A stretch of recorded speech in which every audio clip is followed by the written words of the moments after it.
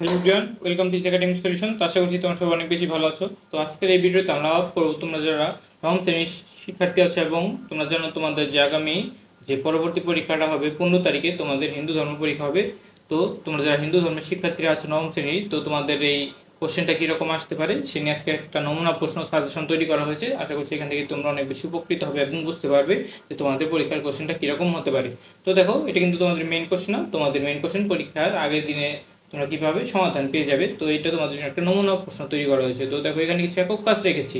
একক কাজগুলো কি কি দেখো, অংশগ্রহণ করেছো বা তোমার দেখা হিন্দু ধর্মের যে কয়েকটি বা যে কোনো একটি অনুষ্ঠান সম্পর্কে লিখতে হবে এবং হিন্দু ধর্মীয় অনুষ্ঠানগুলো নানা নিয়ম কানুন মেনে প্রতিষ্ঠিত হয় এরকম কয়েকটা নিয়ম কানুন তুমি কি করো, তালিকা তৈরি করো। এবং দলীয় কাজ কি লিখেছি দেখো, কালী পূজার তাৎপর্য লেখা এবং কিভাবে জন্মাষ্টমী উদযাপিত হয় এ নিয়ে একটা আয়োজন করো। তো দেখো, তোমার যে একক কাজ ছিল, একক কাজগুলোর উত্তর কিভাবে লিখতে হবে সেই একটা দেখাবো এখন।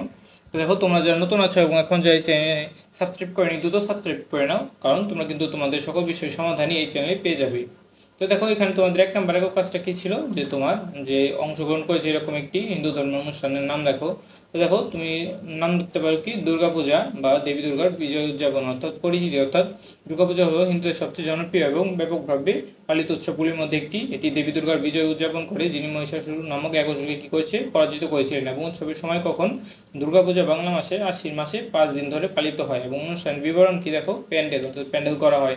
দেবী দুর্গার প্রতিমা স্থাপন করার পর একটি অস্থায়ী মন্দির বা প্যান্ডেল তৈরি করা হয় এবং প্যান্ডেলগুলি বিভিন্ন থিম বা দিয়ে সাজানো হয়। এবং দেখো, তোমার প্রতিমা প্রতিষ্ঠা বা তুমি কিভাবে তুমি প্রতিমাটা প্রতিষ্ঠা করবে সেই সম্পর্কেও কিন্তু তোমার বলতে হবে।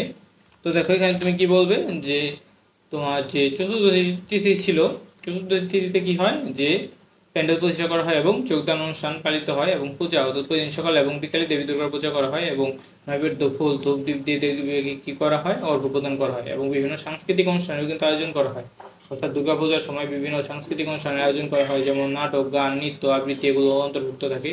এবং এরপরে কি হয়, বিসর্জন দেওয়া হয়। অর্থাৎ দশমী তিথিতে দেবী দুর্গার বিসর্জন দেওয়া হয় এবং এইটা কি করা হয়, প্রতিমা দিন কি করা হয়, একটি নদী বা তোমার যে জলাশয় নিমজ্জিত করা হয়। এবং এই উৎসবের তাৎপর্য কি, তো দুর্গাপূজা বা দেবী দুর্গার যে বিজয়ের বা অসুরের উপর কি ন্যায়ের বিজয়ের প্রতীক। এটি শুভ ও অশুভর মধ্যে সংগ্রামের প্রতীক এবং শুভ শক্তির জয় হয়।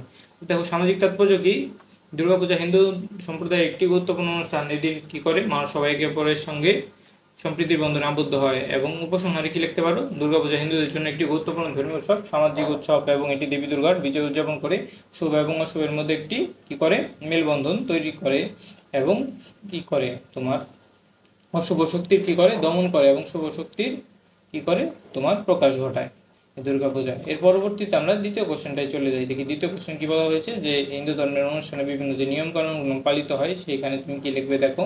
তো দেখো, হিন্দু ধর্মের অনুষ্ঠানে নিয়ম কানুন বা প্রয়োজনীয় উপকরণ সম্পর্কিত যে এখানে লেখাটা তোমার লিখতে হবে। অর্থাৎ এখানে ধরো তুমি গৃহপ্রবেশের একটা অনুষ্ঠানের নাম দেখেছো এবং এর উদ্দেশ্য হচ্ছে নতুন বাড়িকে সুখ ও সমৃদ্ধি আনয়ন। এবং কি কি উপকরণ লাগে এই গৃহপ্রবেশে, শুভ্র কাপড় অর্থাৎ নতুন বাড়ির দরজায় টাঙানোর জন্য, নারকেল লাগে ভাঙার জন্য, সুপারি ভাঙার জন্য, এবং ফুল লাগে পূজার জন্য, ধূপ, গঙ্গা জল, মিষ্টি, নতুন জল, দই এগুলো লাগে। এবং ফল হিসেবে তোমার প্রসাদ হিসেবে লাগে। তারপরে তামার থালা লাগে, ঘটি, কাঁসার থালা, কাপড় এগুলো লাগে। এবং কী কী নিয়মকানুন পালিত হয় দেখো, নতুন বাড়িতে প্রবেশের পূর্বে মন্দির দর্শন করে আশীর্বাদ নিতে হয় এবং বাড়ির প্রধান দরজায় শুভ্র কাপড় টানাতে হয় এবং নারকেল সুপারি ভেঙে দরজার দুপাশে রাখতে হয় এবং ফুল ধূপ দ্বীপ দিয়ে এগুলো পূজা করতে হয়।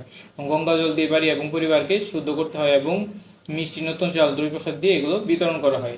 এরপর আমাদের কিছু একক কাজ আছে। একক কাজগুলো কি, কালী পূজার তাৎপর্য এবং কিভাবে জন্মাষ্টমী পালিত হয়। তো এই দুইটা কোশ্চেন অ্যান্সার কিভাবে লিখতে হবে চলো একটু দেখে আসি। তো তোমরা যারা নতুন আছো এবং এখন যে চ্যানেলটিকে সাবস্ক্রাইব করে নিও, তো সাবস্ক্রাইব করে নাও। এটা তোমাদের নমুনা কোশ্চেন, তোমাদের মেইন কোশ্চেনটার উত্তর তোমরা পরীক্ষার আগে দিন এই চ্যানেলে পেয়ে যাবে। তাই অবশ্যই চ্যানেলটিকে সাবস্ক্রাইব করে নোটিফিকেশন আইকনে ক্লিক করে রাখো, তাহলে যখনই আমরা কি করব যে তোমার সমাধানটা দিয়ে দেবো তোমরা একটা নোটিফিকেশন পেয়ে যাবে এবং ভিডিওটা সবার আগে দেখে নিতে পারবে। তো দেখো, এখানে তোমার যে কালী পূজার যে শিক্ষা প্রভাব তুমি কি লিখবে, যে দেবী কালী বিশ্বের সকল অশুভ শক্তি ধ্বংস করে সকলের মধ্যে মঙ্গল বার্তা ছড়িয়ে দেন এবং তিনি অন্যায় প্রতিরোধকারিণী এবং কল্যাণময়ী। তিনি তার ভক্তদেরকে মাতৃরূপে পালন করেন এবং তিনি সমাজে ন্যায় প্রতিষ্ঠায় নিয়োজিত এবং তিনি আমাদের সদা মঙ্গল করেন। আমরা তার কাছে অন্যায়ের বিরুদ্ধে কঠোর প্রতিবাদী, আবার সাধারণের প্রতি কোমল হওয়ার শিক্ষা পাই। পাশাপাশি অশুভ শক্তি সন্তানের কোনো ক্ষতি করতে চাইলে মা চামুণ্ডা মূর্তি ধারণ করে তাদের বিনাশ করে, এবং তাই কালীমাতার পূজা দ্বারা মায়ের স্নেহের পাশাপাশি অশুভ শক্তির কাছ থেকে আমরা রক্ষা হতে পারি। এবং পূজা উপলক্ষে মেলা বসে, ধর্ম নির্বিশেষে সবাই কি করে এখানে যোগ দেয় এবং একটি সামাজিক বন্ধনের সৃষ্টি হয়। এবং এটি কালী পূজার একটি বিশেষ তাৎপর্য। এই পূজার মাধ্যমে আমাদের যে আর্থ সামাজিক পারিবারিক ও নৈতিক জীবনে ইতিবাচক প্রভাব পড়ে। তো দেখো এরপর আমাদের কি আছে, আমাদের জন্মাষ্টমী যে উদযাপনের পালনের অভিজ্ঞতাটা আমাদের লিখতে হবে। অর্থাৎ জন্মাষ্টমী আমার প্রিয় উৎসবগুলোর মধ্যে একটি। ছোটবেলা থেকেই আমি এই উৎসবটি খুব আনন্দের সাথে পালন করে আসছি। আলোকসজ্জা করা হয় এই জন্মাষ্টমীর দিন, অর্থাৎ আমাদের বাড়ি জন্মাষ্টমীর আগে থেকেই আলোকসজ্জায় ঝলমলে হয়ে ওঠে, এবং রঙিন বাতি, ফুলের মালা এবং কাগজের তৈরি রাধাকৃষ্ণের যে মূর্তি বা প্রতিমা দিয়ে কি করা হয়, আমাদের এই উৎসবটা অনেক সুন্দর করে সাজানো হয়। এবং পূজাটা কিভাবে করা হয়, জন্মাষ্টমীর দিন সকালে ঘুম থেকে ওঠার পর কি করা হয়, এই পূজাটা করা হয়ে থাকে। এবং সামনে ফুল ফল মিষ্টি নৈবেদ্য রেখে পূজাটা করা হয়। এবং উপবাসের দেখো কি বলা হয়েছে, কিছু মানুষ জন্মাষ্টমীর দিন নিরামিষ খাবার খান এবং কিছু দিন কি করে উপবাস করেন। এটা আমি কি করেছি, অনেক করেছি। এবং কীর্তন, নাচ গান এগুলো করা হয় এবং প্রসাদ বিতরণ করা হয়। এবং আমার অভিজ্ঞতায় তুমি কি লিখতে পারো, জন্মাষ্টমী আমার কাছে একটি ধর্মীয় উৎসব নয়, বরং এটি আমাদের জন্য কি একটি অনুষ্ঠান বটে। এবং এই উৎসব আমাকে ঐতিহ্য সংস্কৃতির সাথে সংযুক্ত করে। এবং জন্মাষ্টমীর দিন আমি এবং পরিবার সবাই মিলে অনেক কি করি, সুন্দর সময় কাটাতে পারি। তো আশা করছি তোমরা বুঝতে পেরেছো তোমাদের এই বিষয়ে তোমাদের কিভাবে কি করতে হবে, হিন্দু ধর্ম বিষয়ে কোশ্চেনটি কিভাবে আসতে পারে। তো আজকে এই পর্যন্তই। তো এই ভিডিওটি ভালো লেগে থাকলে অবশ্যই ভিডিওতে লাইক এবং চ্যানেলটিকে সাবস্ক্রাইব করতে ভুলবেন না। তো সবাইকে ধন্যবাদ জানিয়ে সেখানেই শেষ করছি।